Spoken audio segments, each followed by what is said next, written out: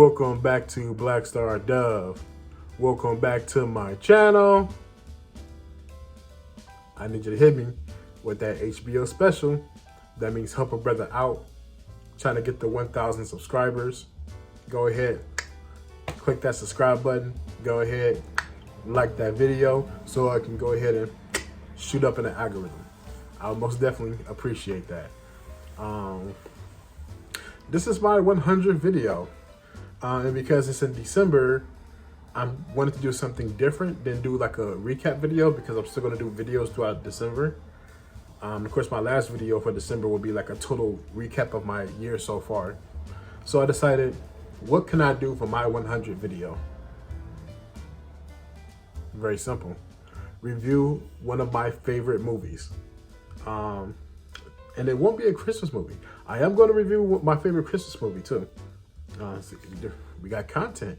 We got more and more content coming. I promise you that. I lost my train of thought for a little bit. But yes, we're going to be talking about the movie Boomerang. Yes, that's right. The movie Boomerang.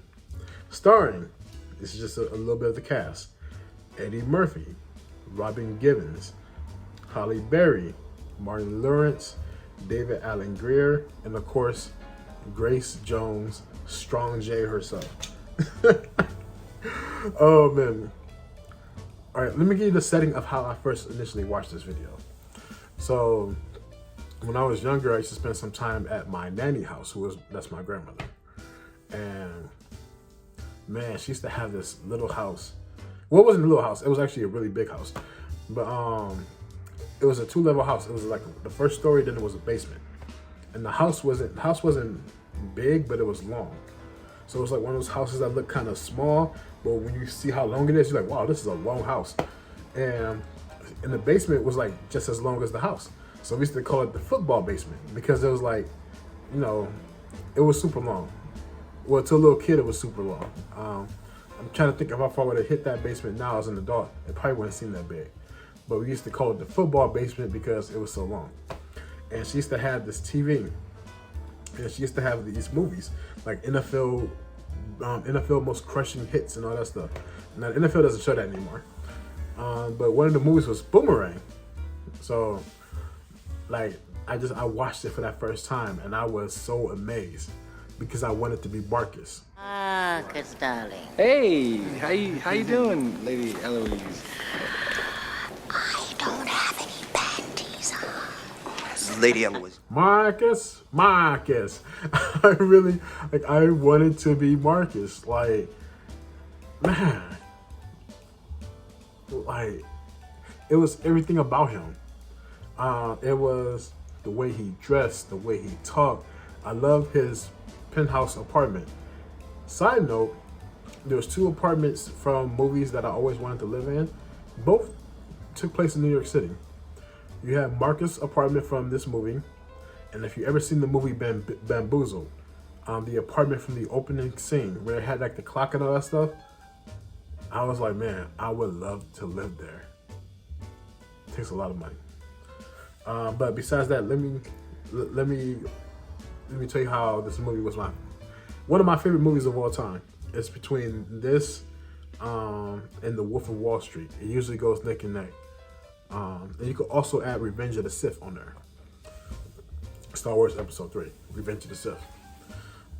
But this right here, like I said, I wanted to be Marcus. Like, I wanted to be that handsome man who was, you know, well versed and traveled and had this really nice house. Well, he didn't have a house, he had a really nice condo or apartment, whatever it was, whatever you want to call it. And he was a womanizer. Like, he would like sleep with women, and then you can see like one of the opening scenes. The woman was like very beautiful, very, you know, she didn't have everything all the way up there, but she was very beautiful. But he left her because her feet wasn't perfect. And like, I was just so obsessed with this movie. Like, I always wanted Marcus, and I always wanted to end up like with a woman like Halle Berry. Like, I still like Robin Givens. But I recently watched the movie right? And a friend of mine said that she looks like Squidward, like handsome Squidward. And I cannot take that image out of my face now whenever I picture Robin Givens in this movie, and then handsome Squidward. I can't take the image out of my face. But this isn't like a full movie review. This is for like explaining why it's my favorite movie. Just because like he learns his lessons. He learns how to respect women. He learns about love. Halle Berry was like the perfect counterpart to Robin Givens. Halle Berry was like the girl next door. And you know, Robin Givens was Robin Givens. She was very beautiful. She was his boss. And man, there are some excellent scenes. One of the best scenes, I'm gonna play it for you right now. Yes. Just friends. Leave it alone, hon. They done told you that 500 times. Just let it go. Fine. We change the subject. Now, Marcus, I hear the girl at the office got you pussy whipped. Why don't you reverse it? Don't be pussy whipped. Whip that pussy. Look.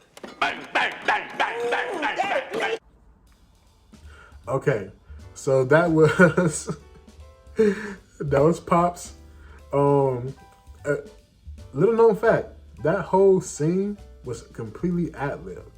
So that was just them just shooting the breeze, ad-libbing. That's how when people I talk to people, I say you gotta know how to coordinate. You gotta know how to coordinate. That's where I got it from. Man, I don't know, just everything about this movie. Like, I didn't even know that this, you know, until I started doing the research for it, that this movie actually bombed in the box office. Like, this had a strong cast. Like, of course, like I said, Grace Jones, who plays Strong J, was like, she was everything in this movie. She was everything that she needed to be. And I was like, I would never want a woman like that. But I appreciate the performance that she put on. I highly suggest you watch the movie if you can. Last I checked, it was on Amazon Prime for free. But if not, the movie only costs like $1 something. YouTube movies or something like that. Watch it. Like, it's a very good, very entertaining movie. Like I said, it has Eddie Murphy, Martin Lawrence, David Alan Grier. It has a lot of comedy to it, but it's a very serious movie and a very serious role. Obviously, it's my favorite Eddie Murphy movie. Will be a second Eddie Murphy movie that I like. Because all the movies I like from him, he's like the sidekick, kind of. Like, I love Mulan. I love Shrek. He's like the sidekick of that movie. You want to call Beverly Hills Cop 3? It's all right. It is what it is. Pluto Nash? Dr. Dolittle was okay. But back to the movie.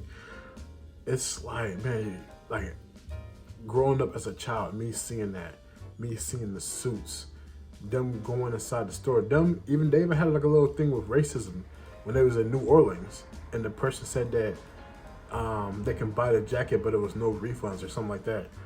And then I didn't even understand that as a child, like the racism aspect.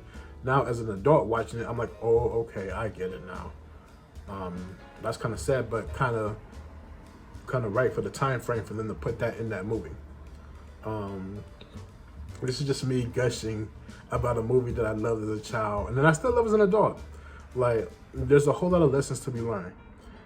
You know, he was a womanizer who got played, and he had to learn how to treat women. I think a lot of men can go down that route. I think a lot of men have been down that route. I'm one of them. I didn't have the best relationships with women. I wouldn't say I was a womanizer. Maybe I was. Like, it's not about how I perceived it. It's about how they perceived it. But I do try my best to be a good, wholesome man and be a good example for my son. That's the most important thing. But yes, I would say you would love this movie. This is one of Eddie Murphy's best performances. I love Halle Berry. She's absolutely beautiful in this movie. Like, I wanted to marry her so badly. I just wanted to marry Halle Berry. And it also has my favorite song in the movie, There You Go, by Johnny Gill. So actually, it was this movie that made me fall in love with that song. and I still listen to that song every chance I get. If you get the chance, listen to There You Go by Johnny Gill. You'll love it. Thank you. Even though the song is very toxic if you look at the lyrics, but a lot of songs in the 90s were kind of toxic. Let's just call it what it is. He's mine. You might have had him once, but I got him all the time. Okay, let's not go there. But other than that, like the video, subscribe. I love you. Take care. Peace.